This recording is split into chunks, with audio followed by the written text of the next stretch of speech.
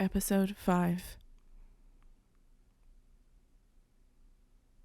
Let's go back to November 12th, 2022, the day before the murders. Kaylee posts pictures of herself and her roommates on her Instagram on this day. Who took the pictures with all of them in it? All the roommates are in the photo with her. And where are they? These were the photos found on her Instagram. And as you can see, in the group photo, they are all in the photo with her. So who's taking these pictures?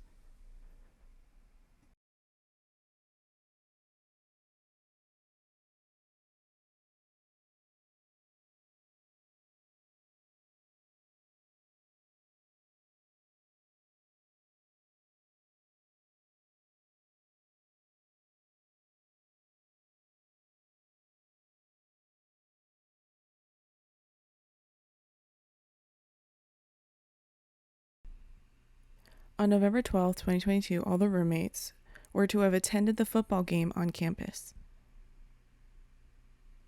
After the football game is where things start getting weird. Xana and Ethan were reportedly to have attended a Sigma Chi party across from the 1122 home from 8 to 9 p.m. It has not been confirmed where they were after that time. Did they stay the whole time until 1:45 a.m. when they were back at the 1122 home? Why has this never been revealed to the public and their whereabouts accounted for? Cara Denise Northington, Xana's mom, addressed this in an interview we were about to watch. She believes from Xana's dad, who said he spoke with Xana that night and that she was at home eating pizza and watching Netflix with Ethan. Where were they before this? At a bar? Were they at the 1122 since 9 p.m.? This is a direct contradiction with what was told to law enforcement by bethanyfunke. She said they were at the party, where she saw them, and that they arrived at home at 1:45 a.m. We will go over all the court documents where this has been said later on. And it's interesting that the Sigma Chi letters actually are the first letters of Ethan and Xana's name. Xana's mom, Cara, did an interview with Banfield at News Nation where she stated that Xana's father spoke with his daughter the night of the murders, but also that he had just changed the locks on her door just before the murders as well. Why? Here is that interview. Mom, Cara Denise Northington, is on the phone with me now. Cara, can you hear me okay? Yes, I can. Can I just ask you off the bat how you are getting by in this terribly sorrowful time? Not very easily, not good. I mean, I don't know what to say to that.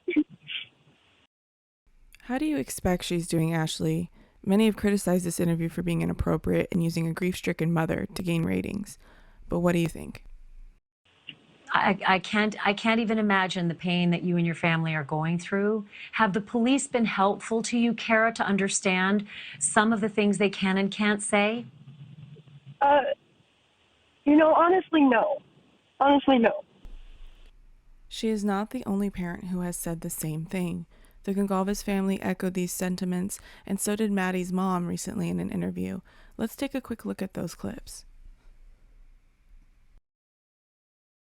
Families continue to be frustrated by the lack of information, and as KREM 2's Kyle Simchuk reports tonight, one of them has now hired an attorney.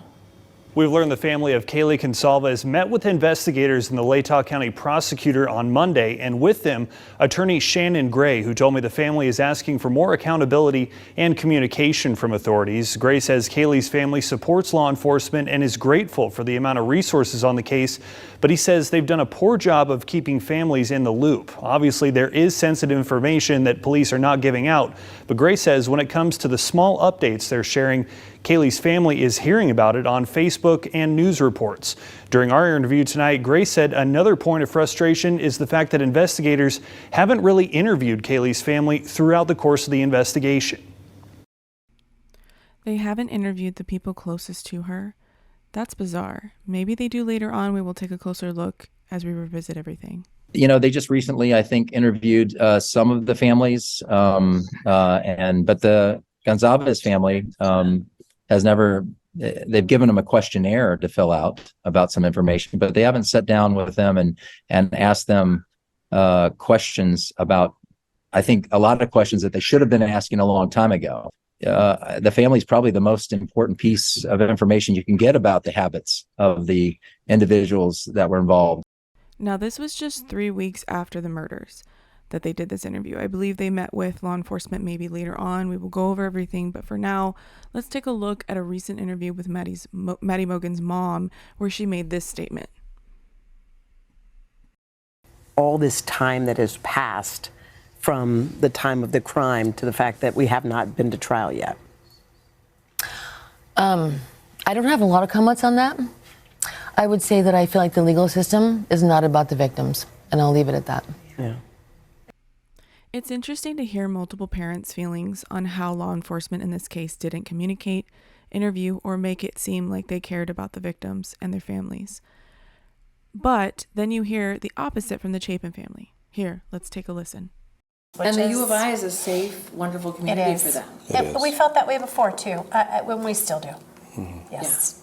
Just a freak occurrence. Freak. And it is not the university's fault. It's not the Moscow Police Department's fault. All of those people, Idaho State Patrol, they have been all up the whole, everybody. Yeah. We cannot say enough about them. No. Well, let's talk. Okay, let's go back to the Kara interview with News Nation. They haven't said anything. I learn more on the news and on TV than they have said to me. Have you had a chance to talk with some of the other parents of the other 3 kids who were there that night and share information amongst yourselves? Not really, honestly.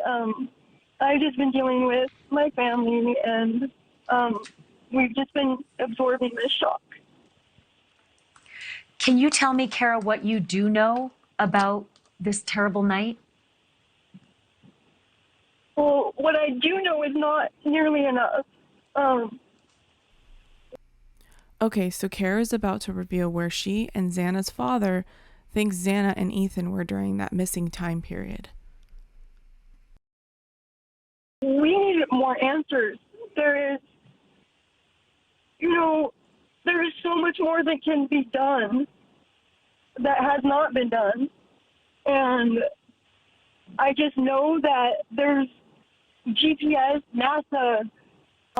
Kara, can I ask you that there is a mysterious sort of 4-hour and 45-minute block of time that's unaccounted for by the police timeline. The police say that your daughter Xana and her boyfriend Ethan were at the Sigma Chi house from 8 until 9 p.m., but then they don't have any information on where they were from 9 p.m. till 1:45 a.m. Do you know anything about that? And they still have never revealed where those two were for all that time, even 2 years later. From either your information from the police or Ethan's family or anybody? I may be candid in saying this, but I think that they were at a bar. And where do you get that information from? Did someone tell you that they'd gone from the Sigma Chi house to a bar before they ended up home? That's what their father conveyed to me, that he thought that they were at the bar that night. So, yeah. Why did Xana's father think they went to a bar? Is that why Ethan transferred money to Jack K on Venmo saying thank you? Was that for the ride to the bar? Take a look. I mean, that's what college kids do on the weekends. So. But you don't know for sure that they left the Sigma Chi house, went to a bar? Okay. I don't know for sure, absolutely not. And have the police asked you any questions about where Xana might have been, or if she texted you, or if she had, if she'd communicated with any family members in that period of time? No, no answers whatsoever. Really. I asked the investigators when they come and spoke to me. They were not able. That's invasive what Ashley is trying to do here. be the first with the story. Jasmine is not here to speak for herself, and you're taking advantage of a grieving mother. Will they offer me any answers? None. Can I ask you, Xana's sister Jasmine has put such a beautiful tribute to Xana on her Instagram. And I wonder if she has any additional information, just perhaps from being able to access her sister's social media or her phone. Has Jasmine been able to ascertain any other details of what happened that night, or where Xana and Ethan were that night? No, I'm not going to speak for Jasmine. You would have to ask her that yourself. And she says she's going through it right now without her sister. And I'm sure if she had any answers or any information, she's already conveyed that to the investigators.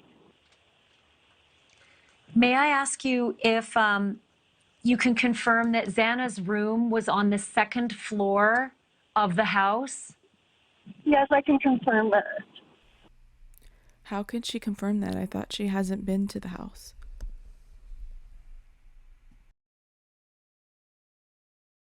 And, you know, And was it on... Sorry? I just had a question about the other two roommates who were there on the first floor. And Kara is under the impression that Dylan and Bethany were on the first floor, but why? And don't we all want to know what they have to say and know? I just wonder, you know, wasn't something heard, or, you know, the surviving roommates that were there, they had to have heard something. They had to have, the dog, something. I can help you with that somewhat. There is information from a prior tenant who lived on the first floor, who said when he lived there in 2019, he moved out. He said he could never hear anything on the second or third floor. If the television was playing very loudly on the second floor, he might hear it from the first floor. And I don't know if that helps you. There were a couple of previous tenants that gave interviews, and they said different things. Let's watch one of them and then read the other statement, and then we'll go back to Kara's interview. An old creaky house. You can't walk up any of the stairs or on any of the floors without everybody in the house knowing it. A lot of students are very familiar with the inside of the home around the community. There have been thousands of people that have likely been through it throughout the years. Even when we had it, there were people that would come and knock on the door or walk in thinking that it was somebody else's house. Now, I couldn't find a video interview, so this is what an article said about the other roommate. A former tenant of the residence has now come forward saying that this is not unusual for him to not hear noises from the upper levels when he was downstairs, December 2nd, 2022. So there you have it. From one former tenant, you can hear everything. The article quoting another former tenant says the complete opposite. But he's referring to if you're downstairs, you wouldn't be able to hear. But what if Dylan, about her being on the same floor, the second floor?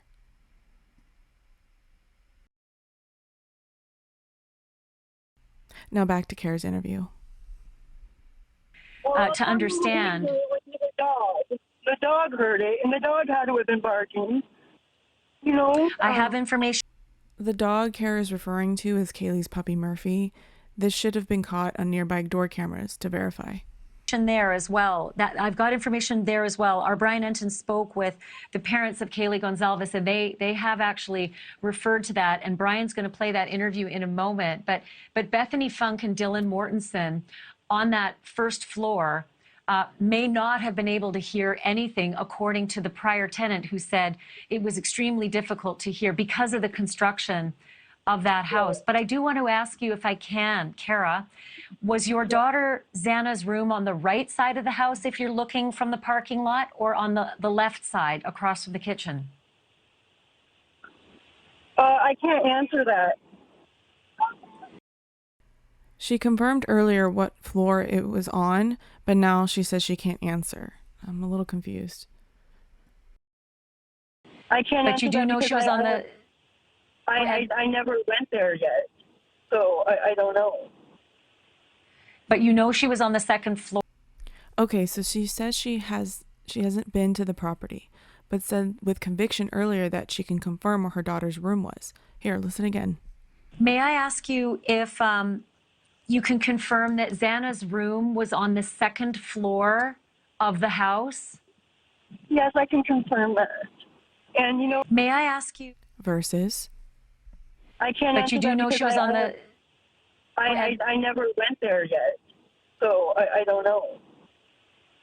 But you know she was on the second floor. Do you know if she looked out the front of the house or the back of the house? I believe in the front, but I can't confirm. Like I said, I haven't been down to visit it yet.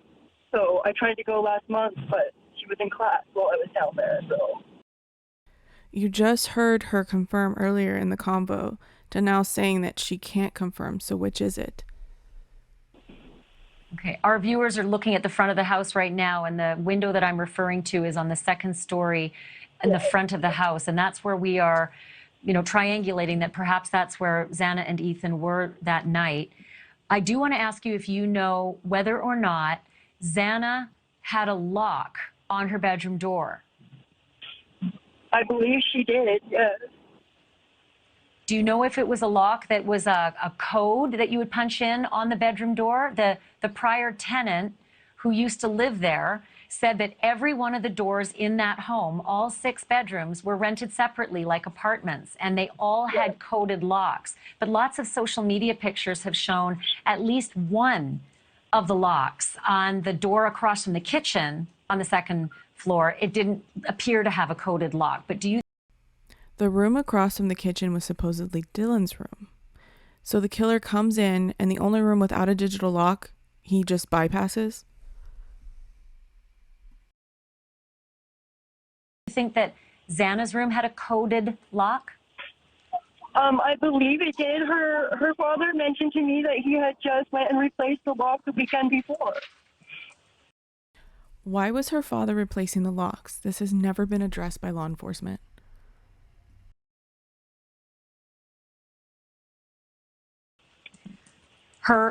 You said her father mentioned to you that they had replaced the lock?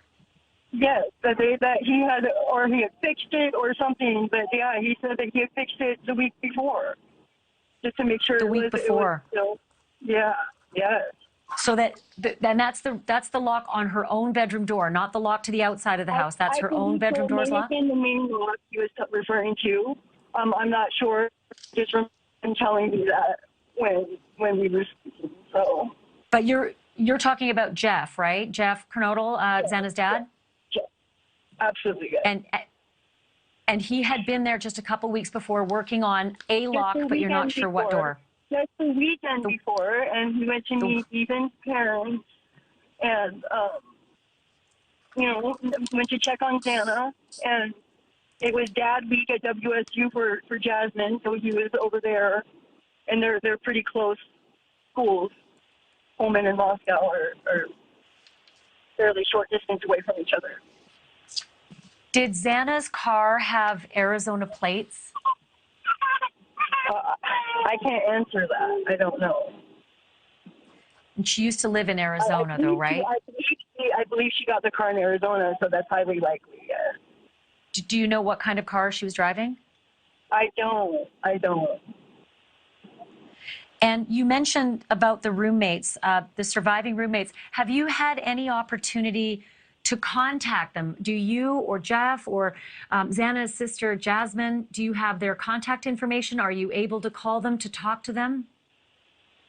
Jasmine and Jeff are in contact with them, yes. They were all at the memorial today, and yeah. If she's referring to the memorial the school held, Bethany and Dylan didn't attend that, unless she means a private ceremony.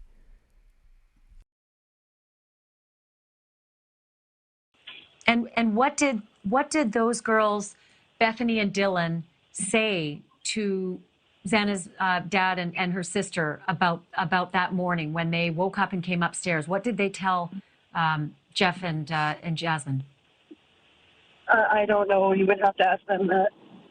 I'm not going to speak for anybody else. I'm sorry. Do you know, Kara, if Dylan and Bethany came upstairs and were trying to wake Xana because they were trying to wake one of their roommates. Do you know if it was your daughter they were trying to wake? How does anyone know this if they weren't there? It could be that one was trying to wake the other, meaning Dylan or Bethany were trying to wake each other and one of them passed out. I don't have that answer either. I'm sorry. It's okay. And did they say that they could not get beyond a locked door, and that's why they had no idea what was on the other side of the bedroom door and called in an unconscious person?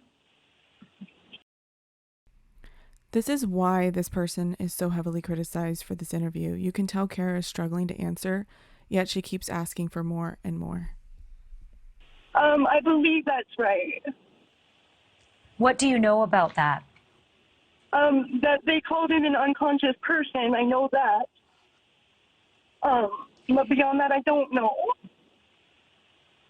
So it's hard for you to understand as well why, if there was such a terrible crime that had been committed, the roommates might not have seen the evidence of that crime. Absolutely, yes. Kara, from the beginning, has always wondered about the roommates' actions, or inaction, I should say, and how they could not have heard anything in that house. And I wonder the same thing. They told you at all, Kara, when you can retrieve your daughter's things from that house? Not yet, no. I want to ask you, if you can, for us, Kara, about Xana. What would you like people to know about your daughter? We've seen pictures and we've seen social media, but you know her heart. What would you like everyone to know about her? Xana, if you knew Xana, you knew what a light she was to everybody she came across. She was just such a positive influence on everybody around her. I honestly, and I'm not saying this because I'm her mother and biased, it's just the truth. There's nothing negative you could say about her. She was just such a good soul. And she cared. She deeply cared about her friends and her family. She would never hurt anybody. I don't understand who would want to do anything to any of these kids. They were all great kids, and they were all good friends, lifelong friends, even, aside from Ethan. And Ethan was such a great kid, too.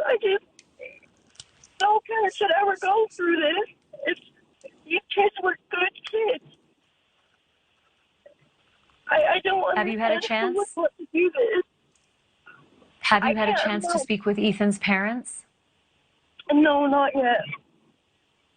Are you going to have a chance to speak with them? I'm sure I will, yes. I do have another question, and that is what we are all trying to figure out, what the police mean when they say they believe this was a targeted attack. They've gone back and forth about whether it was the kids inside the house or the house, and now they've really rested on the statement that they believe it's a targeted attack. They don't know if it's the kids or the home itself that was targeted. But do you have any thoughts at all about why that house might be targeted, or why any of the 5 roommates might be targeted? I do not think it was the house that was targeted. I believe wholeheartedly that it was those kids who were targeted. Why would she say that with conviction? Does she know/suspect who did this to her daughter? They weren't just acquaintances. These kids were like best friends. They practically were family. These kids were tight-knit. They were good friends. They were like family. They were around each other constantly. They did everything together. How could it not be a planned thing? How could it not have been targeted? For all 4 of them. Do you know, Kara, do you know anything about Kaylee moving out? Do you know if she had already moved out of the house when this happened, or was she in the process of moving out because she was graduating in the new year? Again, that's not a question for me. You may ask her family that. I'm not going to speak for her. I'm sorry. I think the reason I ask is because I'm just wondering if her room was vacant, if the furniture was gone. Yeah, I don't know. I'm sorry. Right. Do you also know anything about? Did Xana ever say anything about problems at the campus? Maybe talk of a stalker. There's been talk that maybe Kaylee had a stalker. Her dad said that Kaylee had told him that she had a stalker or a problem with a stalker. The police came out later and said that there was no evidence of this. I want to look into this further. How do we know that the law enforcement weren't the ones stalking her? We have the officer taking a picture of her ID on camera. It's possible. The police haven't been able to run anything down, but did Xana ever say anything? Kaylee was an absolute beautiful, beautiful girl. It wouldn't surprise me if all of these beautiful kids that we lost had stalkers, okay? They were all like rock stars on Instagram and all the social media. They're vibrant, outgoing kids. You can hardly be on social media anymore without gaining some kind of weird stalker. So that wouldn't surprise me. I don't think that that's what it was, though. I will be honest with you. I think it's closer than that. I think it's deeper than that. I think I think they have information that they're not giving us, and it's real fishy. That's what I will say. When you say you think it goes deeper than that, what do you mean? I mean, I think it was somebody closer than a stalker. And I don't know. Was Kara onto something? Who?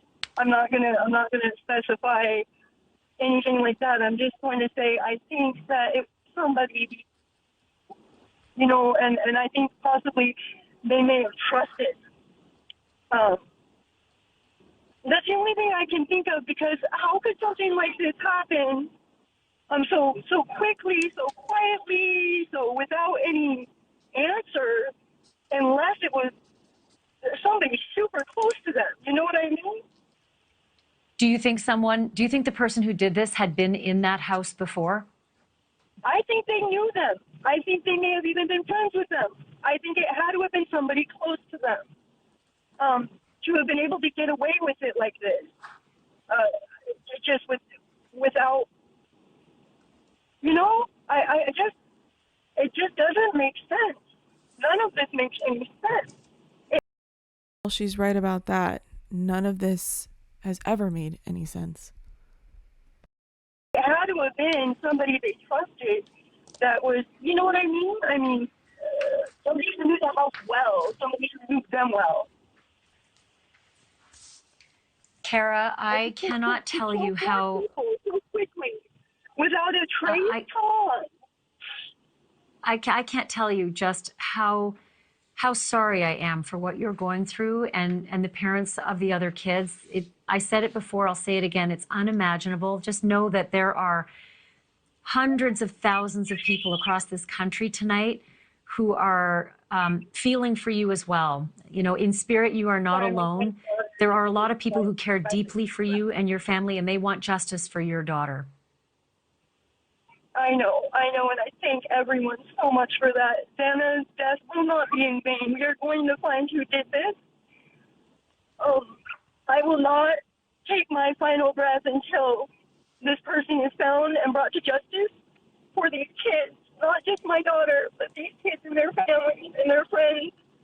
We all deserve answers, and the person needs to be brought to justice. I wish you and your family peace of mind. And I hope that we can, you know, bring you answers soon, Kara. Thank you for being with us tonight. Thank you for telling us your story tonight. And we'll continue to highlight Xana's story as well, and her beautiful life, as you mentioned. It's very evident on Instagram and social media just how vibrant she was and how beautiful she was. And she made a mark on this world while she was here. Thank you so much, Kara, for being with us tonight. Can I say one last thing? Yes. There is someone out there, I know there is, that has answers. Please, we all beg you, please, don't be afraid. Please, just tell somebody. We deserve that much, please. I think you're absolutely right. Someone out there knows something. And it behooves anybody with any small detail even to come forward and tell the police what you know. Not It could even be the if you smallest think piece it's to the nothing. puzzle. Even if you think it's nothing, it is something. I promise you, it's something. Because right now we have nothing.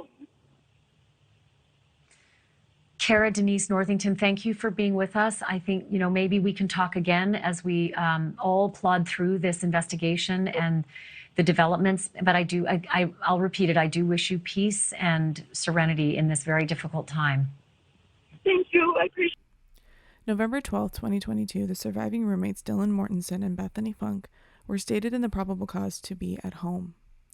Law enforcement stated in their probable cause, the one written by Payne, that Dylan and Bethany were out separately and came home around 1 a.m., November 13, 2022. It's convenient that a known party house has no parties on a home football game weekend, and that the roommates were all out separately and showed up to the 1122 home at the same time. And that the other roommate, other than Kaylee and Maddie, because they were on camera that night, we still don't know from law enforcement where all the other roommates were that evening. And on the next part, we're going to look closer at the night of November 12th, 2022, into the early morning hours of November 13th, 2022. Episode 6 coming soon. Make sure to like, comment, and subscribe. You've been watching Blahgergirl.